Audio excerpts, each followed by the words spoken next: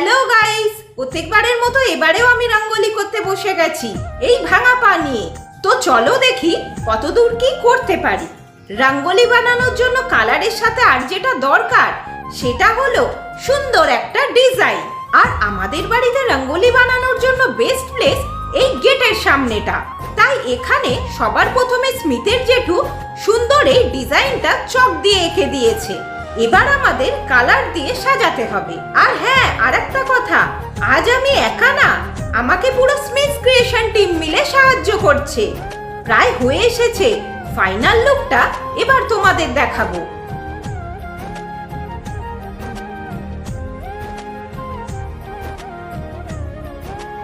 Guys, আমাদের তো রঙ্গোলি করা হয়ে গেছে, কেমন লাগছে জানিও কিন্তু।